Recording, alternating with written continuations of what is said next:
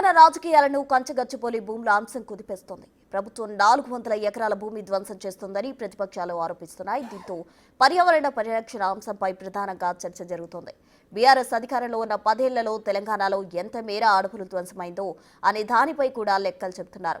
రాష్ట్ర ప్రభుత్వ లెక్కలు అటుంచితే కేంద్ర పర్యావరణ మంత్రిత్వ శాఖ లోక్సభ వేదికగా ప్రకటించి వివరాలు షాక్కు గురిచేస్తున్నాయి. దేశవ్యాప్తంగా ఇప్పటి వరకు 1,73,000 చదరపు కిలోమీటర్ల అటవీ భూములు గత 10 ఏళ్లలో అభివృద్ధి అవసరాలకు డైవర్ట్ అయ్యాయనేది కేంద్రం లెక్క. ఇందులో తెలంగాణ 11,422 చదరపు కిలోమీటర్లతో థర్డ్ ప్లేస్లో ఉంది.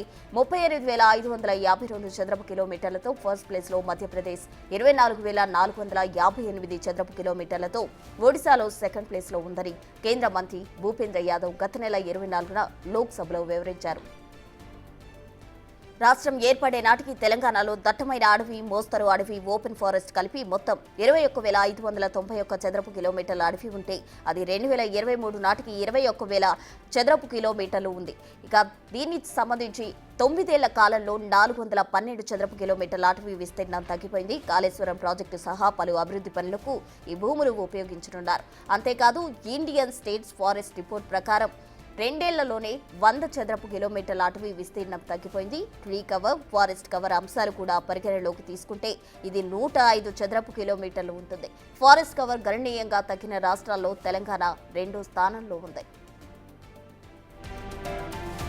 తెలంగాణలో 2016-19 మధ్యలో 12,12,000 చెట్లు నరికేశారని కేంద్ర పర్యావరణ మంత్రిత్వ శాఖ అనుమతించింది. దేశంలో అత్యధిక చెట్ల నరికివేతతో తెలంగాణ ఫస్ట్ ప్లేస్లో ఉందని స్వయంగా కేంద్రమే ప్రకటించింది. దేశం మొత్తం మీద చెట్ల నరికివేతకు లభించిన అనుమతుల్లో దాదాపు 16% తెలంగాణకు చెందినవే ఉన్నాయి.